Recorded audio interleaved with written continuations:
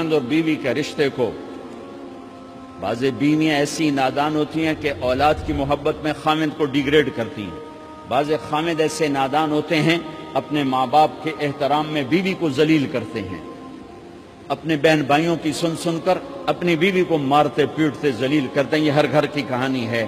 ان دونوں سے میرے اللہ نے روکا ہے۔ خامند اپنی بیوی کو سب سے زیادہ عزت دے، بیوی اپنے خامند کو سب سے زیادہ عزت دے۔ حقوق میں سب سے بڑا حق اب خامند اور بیوی کا ایک دوسرے کے ساتھ جوڑا گیا ہے کہ ان سے نسل چلنی ہے، ان سے نسل چلنی ہے۔ آپ حیران ہوں گے، بیوی کے ذمہ خامند کی روٹی پکانا شریعت نے نہیں لگایا، تو خامند کے ماں پیو کی روٹی کیسے ذمہ ہوگی؟ خامند کے بہن بھائیوں کی روٹی کیسے ذمہ ہوگی؟ کتنی بہنوں نے گھر اجاڑ دیے بھائیوں کے، کتنے ساس سسر نے اپنے بیٹے کے گھر اجاڑ دیے۔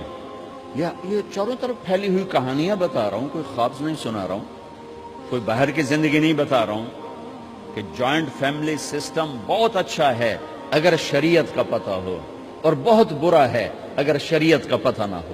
چڑا چڑی بھی اکٹھے ہوتے ہیں تو گھونسلہ الگ بناتے ہیں کہ ساس سورا کے دائیں سرتے نہ آ پاوے۔ شریعت نے یہ عورت آنے والی لڑکی کا حق رکھا ہے کہ اگر خامند کے پاس طاقت ہے تو اس کو الگ گھر دے۔ اگر وہ ڈیمانڈ کرے کہ آپ مجھے الگ گھر لے کر دیں تو یہ ماں باپ کی نافرمانی نہیں، یہ حق تلفی نہیں، اس آنے والی کا حق ہے کہ اس نے تیری نسل کو سنبھالنا ہے۔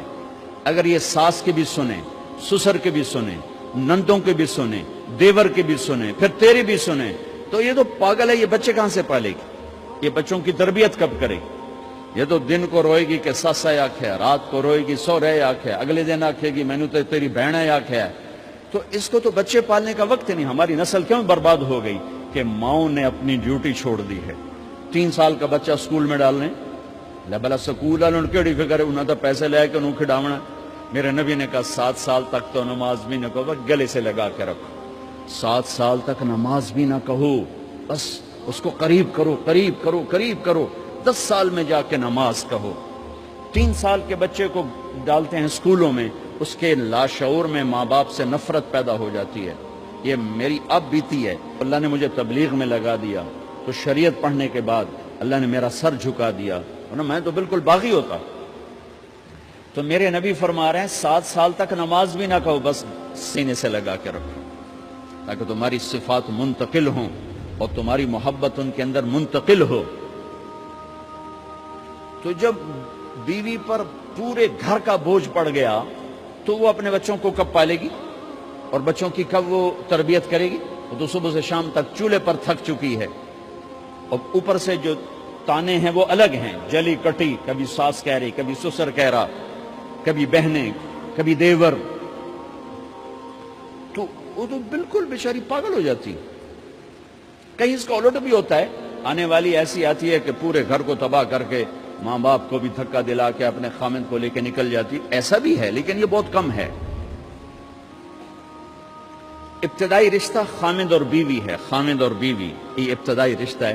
اللہ نے آدم کو بنایا اور حوا کو ساتھ بیوی بنایا، اولاد بعد میں دی۔ اور ایک اور بات، آدم کو بنا دیا مٹی کا پتلا کٹھا کر کے، مٹی کٹھی کر کے پتلا بنا دیا، 40 سال کے بعد روح ڈالی، چل بھائی جا جنت، اور اکیلے بھیج دیا، بیوی نہیں دی۔ حالانکہ اللہ چاہتا تو ساتھ ہی حضرت حوا کی مٹی کا ڈھیر بھی لگا دیتا، اس کا پتلا بھی تھپ دیتا، فرشتوں سے تھپوا دیتا، اور پھر 40 سال کے بعد دونوں کو اکٹھا جنت میں ڈالتا۔ بہت سارے پیغام، اس میں بہت سارے پیغام، تاخیر ساتھ نہیں بنایا، دیر سے بھیجا، انتظار قدر کو بڑھانے کے لیے کہ عورت کی قدر کرنا، کمزور ذات ہے، کمزور مخلوق ہے، قدر کرنا۔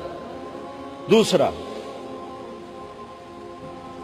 پہلے دن پتلا نہیں بنایا کہ ننگا پڑا ہو، عورت کا پتلا ننگا ہو، مٹی کا ہو، پتھر کا ہو، تو اس میں کیا کشش؟ تو ان مرد کے لیے کشش کوئی نہیں، تو فرشتوں کو کیا کشش تھی؟ پہلے دن سے عورت کو پردے میں بنایا، بے پرد نہیں کیا، بے پرد نہیں کیا، اس کا پتلا نہیں بنایا، اسے ننگا نہیں چھوڑا، اس کو پہلے دن سے کورڈ۔ اور کیسے بنایا؟ فرشتوں کو کی آنکھوں پہ پردہ اور آدم کو سلا دیا۔ آدم علیہ السلام سوئے ہوئے ہیں، فرشتوں کی آنکھوں کے سامنے پردہ ڈال دیا گیا. جب آدم اٹھے ہیں. اور ایک اور بات، جنت میں رہ کر بھی آدم علیہ السلام کا دل نہیں لگتا تھا، اداس اداس رہتے تھے. اماں آئی تو بابے دا دل لگا، تو اداس رہتے تھے جنت میں. جب آنکھ کھلی تو اپنے لیفٹ سائیڈ پہ ایک خاتون سر سے لے کر پاؤں تک لباس میں. آپ نے سنا ہے نا، یوسف علیہ السلام دنیا میں سب سے خوبصورت ہستی پیدا کیے گئے. یہ مردوں میں، عورتوں میں سب سے خوبصورت حضرت حوا کو پیدا کیا. کون ہے؟ کہتے ہیں اللہ کی آدم تیری بیگم. کون ہے تیری بیگم؟ نکاح پڑھایا. پھینکا آدم مہر ادا کرو. تو نے پوچھا کیا مہر دوں؟ تو وہاں تو سونا چاندی ڈھیر لگے پڑے تھے. اللہ تعالیٰ کہتے دا من سونا چاہ کے دے دے. میرے اللہ نے کہا تیری نسل میں میرا آخری حبیب آنے والا ہے، اس پہ ایک دفعہ درود پڑھ دے، یہ مہر ہے. سیدھے ہاتھ میں برکت ہے. پیدا کیا الٹی طرف سے. الٹی طرف سے کیوں پیدا کیا ہے؟ کہ الٹی طرف دل ہے، اور دل کے نیچے جو پسلی ہے وہاں سے پیدا کیا. اس میں پیغام کیا دیا کہ عورت جس روپ میں ہو، پہلا روپ اس کا بیوی بنا، پھر وہ ماں بنی، پھر اس آگے بیٹی کا روپ ہے، پھر بہن کا روپ ہے، پھر خالہ ہے، پھوپھی ہے، دادی ہے، نانی ہے، ساس ہے. جس روپ میں بھی عورت ہے اس کو دل کے قریب جگہ دو. یہ دل کے نیچے سے پیدا کرنے میں یہ پیغام دیا گیا ہے. اسے ذلیل نہ کرو، اسے خوار نہ کرو، اسے بے عزت نہ کرو، اس پر شدت نہ کرو. تو پہلا بنیادی رشتہ خامند اور بیوی ہے، اور آخری رشتہ بھی خامند اور بیوی ہے. لیکن اس وقت ہمارے معاشرے میں خامند سے زیادہ اس کے ماں باپ حق جتلاتے ہیں، خامند سے زیادہ اس کی بہنیں حق جلاتی ہیں، خامند سے زیادہ اس کے رشتہ دار حق جتلاتے ہیں، اور جھوٹی سچی شکایتیں لگا کر بیوی سے متنفر کرتے ہیں، اور کہیں بیوی کو خامند سے متنفر کرتے ہیں. آپس میں لڑائی لڑا کے پھر خوش ہوتے ہیں. میرے نبی سے پوچھا جائے یا رسول اللہ آپ کو سب سے زیادہ کس سے پیار ہے؟ تو آپ نے کہا عائشہ سے. اللہ، وہ جھیپ کے کہنے کے نہیں، میں پوچھ رہا ہوں لوگوں میں آپ کو کس سے زیادہ پیار ہے؟ تو آپ کہتے ابو بکر سے. تو آپ نے پھر کہا ابوہا، مجھے عائشہ کے باپ سے زیادہ پیار ہے. پھر پہلے عائشہ کا، تو پھر کہتے ابو بکر. تو آپ نے کہا نہیں، ابوہا، مجھے عائشہ کے باپ سے سب سے زیادہ پیار ہے. یہ آپ کو میسج دیا ہے کہ گھر کی زندگی کیسے ہوتی ہے. کوئی عشق نہیں چڑھا ہوا تھا، میسج دینا. اما عائشہ چھوٹی عمر کی تھی، ان کو آٹا گوندھ کے دیتے تھے، آٹا گوندھ کے دیتے تھے. پھر جب ان کو آٹا گوندھنا آ گیا پھر چھوڑ دیا. پھر ان کو سامنے بٹھا کر لقمے بنا،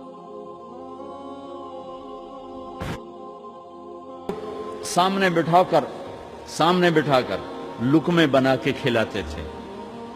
پھر عائشہ رضی اللہ تعالیٰ عنہ کوئی گوشت کا ٹکڑا، وہاں بڑے بڑے گوشت کے ٹکڑے پکائے جاتے تھے، تو کوئی گوشت کا ٹکڑا اٹھایا اور ایسے 2-4 جگہ سے نوچا اور پھر رکھ دیا. سارا کھایا نہیں جاتا تھا، تو اللہ کے نبی اسی کو اٹھاتے اور حضرت عائشہ کو دکھا کر، جہاں سے حضرت عائشہ نے نوچا ہوتا تھا وہاں سے یوں کاٹ کے دکھاتے تھے.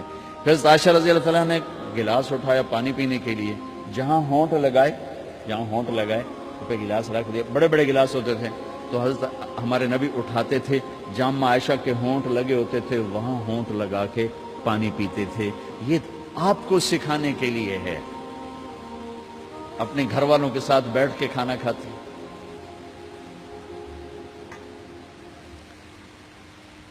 یہ میرے نبی کی معاشرت ہے، یہ میرے نبی کی زندگی. گھر میں جھاڑو دیتے، اپنے کپڑے خود دھوتے. کوئی چیزیں بکھری پڑی ہوتی تو بیوی کو نہیں ڈانٹتے، خود اٹھ کے سیٹ کر کے رکھ دیتے. گھر والوں کے ساتھ مل کر برتن دھوتے، صفائی کرتے، گھر والوں کے ساتھ مل کر. یہ میرے نبی کی ایک خوبصورت زندگی ہے. بھائیو بہنوں، ہم بھلا چکے ہیں. بیوی کے لیے خامد کو سب سے بڑا حقدار. بعض لڑکیاں ایسی نادانی کرتی ہیں کہ شادی کے بعد بھی اپنے ماں باپ کی آنکھ کو دیکھ کے چلتی ہیں. شادی کے بعد سب سے بڑا حق خامد کا ہے. شادی کے بعد سب سے بڑا حق خامد کا ہے. ماں باپ پیچھے چلے جاتے ہیں، بہن بھائی پیچھے چلے جاتے ہیں. لیکن یہ نادانیاں بھی دیکھنے کو ملتی ہیں کہ شادی کے بعد بھی ماں باپ اپنی بچی کو اپنے قابو میں رکھنے کی ترتیبیں سوچتے ہیں تو وہ بھی اپنی بچی کا گھر برباد کر دیتے ہیں۔ میرے نبی سے پوچھا گیا یا رسول اللہ عورت پر سب سے زیادہ کس کا حق ہے؟ تو آپ نے فرمایا اس کے خامند۔ ایک خاتون ہے، یا رسول اللہ میری شادی ہو رہی ہے تو میرے اوپر میرے خامند کا کیا حق ہے؟ تو آپ نے ارشاد فرمایا تیرے خامند کے جسم پر زخم ہو، زخموں میں پیپ پڑ جائے اور تو اپنی زبان سے چاٹ چاٹ کے زخم صاف کرے تو تو نے اپنے خامند کا حق ادا نہیں کیا۔ خامند کو سمجھایا کہ سب سے بہترین مسلمان وہ ہے جو بیوی سے اچھا سلوک کرتا ہے، اور میرا سب سے اچھا سلوک ہے اپنی بیویوں کے ساتھ، یعنی قاب قوسین او ادنا آپ کا مقام ہے، اللہ پاک کا دیدار اپنی آنکھوں سے کیا ہوا ہے، اور آپ ہمیں معاشرت سکھا رہے ہیں کہ ایک جہاد کے سفر سے واپس آ رہے ہیں، ہم عائشہ ساتھ ہیں، تو آپ نے صحابہ سے کہا بھئی آگے چلے جاؤ، وہ سارے آگے چلے گئے۔ جب سارے نظروں سے غائب ہو گئے تو آپ نے کہا عائشہ دوڑ لگاؤ گی میرے ساتھ؟ عائشہ نے نہیں کہا، میرے نبی نے کہا دوڑ لگاؤ گی؟ آج کل کا کوئی علامہ بھی یہ نہیں کرے گا، عائشہ دوڑ لگاؤ گی میرے ساتھ؟ کہا جی لگاؤں گی۔ تو دوڑ لگائی تو عائشہ فرماتی ہے میں آگے نکل گئی، اللہ کے نبی پیچھے رہ گئے، چاہے آپ جان بوجھ کے آستہ ہوئے ہوں ان کی دل جوئی کے لیے۔ کچھ سال گزر گئے، پھر جہاد کے سفر سے واپسی ہو رہی ہے تو آپ نے صحابہ سے کہا بھائی آگے چلے جاؤ، وہ سارے آگے چلے گئے، غائب ہو گئے۔ عائشہ دوڑ لگائیں؟ کہا جی لگائیں۔ تو فرمایا کہ ان دنوں میں ذرا موٹی ہو گئی تھی، جب دوڑ لگائی تو اللہ کے نبی آگے نکل گئے، تو پھر آپ نے کہا عائشہ ہذہ بتلک، عائشہ اب تیرا میرا حساب برابر ہو گیا، اس دفعہ تو آگے نکل گئی، آج میں آگے نکل گیا۔ یہ میرے نبی کی معاشرت ہے کہ بھری محفل میں کہہ رہے ہیں مجھے عائشہ سے سب سے زیادہ پیار ہے، اور عرب میں عیب تھا، جیسے ہمارے ہاں بھی عیب ہے کہ کوئی بھری محفل میں کہ مجھے بیوی سے سب سے زیادہ پیار، تو تیری ماں کتنے گئی؟ بھئی ماں کا اور خانہ ہے، بیوی کا اور خانہ ہے، ماں کی اور جگہ ہے، بیوی کی اور جگہ ہے۔ تو میں آپ سب سے کہتا ہوں ماں باپ کی وجہ سے بیویوں پہ زیادتی نہ کرو، بیوی کی وجہ سے ماں باپ پہ زیادتی نہ کرو۔